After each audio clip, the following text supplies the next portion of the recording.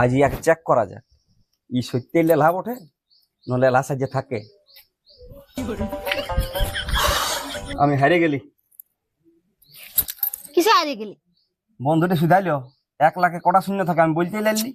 ও টা বলতে লাগলি? হ্যাঁ দাঁড়া আমাকে আসতে দে। ইয়ারও কথা গেল। হ্যাঁ বল 1 লাখে কটা 1000 হয়? 100,000।